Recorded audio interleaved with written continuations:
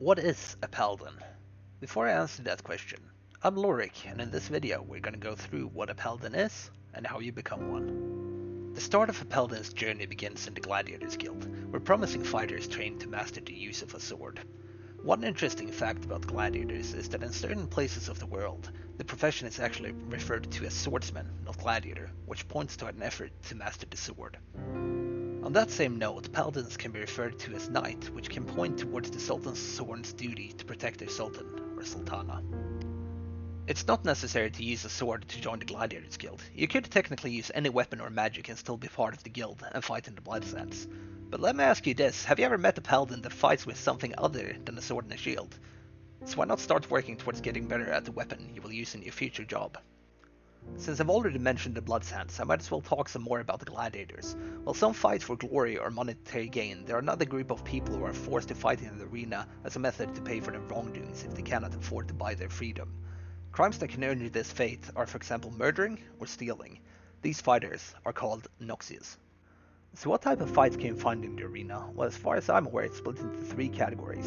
Two gladiators fighting each other, a gladiator fighting a Noxious there to pay for their freedom, and lastly, a gladiator facing off against a beast of some sort imported from various parts of the world. It's important to note when it comes to the fights between people, killing is not the goal, entertainment is. That said, accidents do happen. When it comes to fighting beasts, all is fair game. So what are some notable fighters that have fought in the arena? Well, the first champion that springs into mind is Raban, the Bull of Almigo, who later bought the arena to become part of the Syndicate. An important mention is Jamoldva. The Hellfire Phoenix who became the first Almigan to fight in the arena to send winnings back to Almigo, and almost became the champion. But a riot was brewing during the match, pitting the Olda fans against the Almigan fans. As such, Jamoldva decided to take the loss by intentionally getting hit, and as a result, Grainfar, also known as Grainfar the Great or the Bronze Bull, was made the winner of the fight, who afterwards promised, along with the Gladiators Guild, that in the future all Alamegans would fight for free in the arena.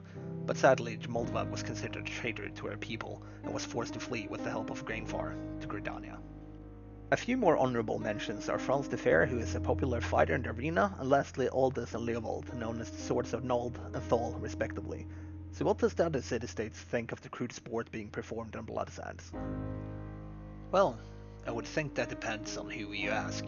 Some Gridanians abhor the sport and the bloodshed it brings, but then again, people come from all over the world to watch the matches. But enough about the Blood Sands. So what will you do in the Gladiators Guild except working on your martial skills? Well, you will run around and do menial tasks for the first sword and hope that you'll learn something from those experiences, such as going around and provoking people to learn how to appear more threatening to your enemies, or if nothing else, you'll learn how to get hit properly. Speaking of learning things, here you can see the current guildmaster of the Gladiators Guild, Milla. So, why do I start with talking about gladiators when this is supposed to be about paladins? Well, the thing is that the Sultan's Horn, the order of paladins protecting the Sultana and Olda, is for the first time in history teaching the ancient skills of the paladin to outsiders. And where's the best place to hear news about the paladins or get noticed, if not on their doorstep?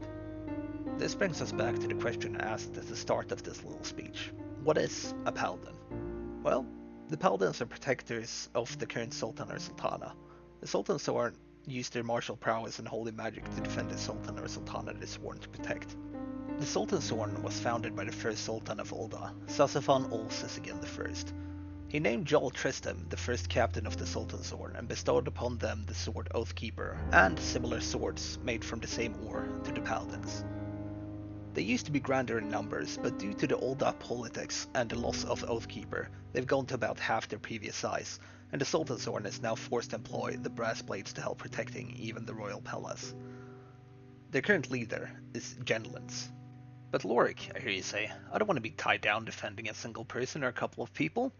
Well, then I got good news for you. With the Sultan's Horn teaching their art to outsiders, that removes that limitation.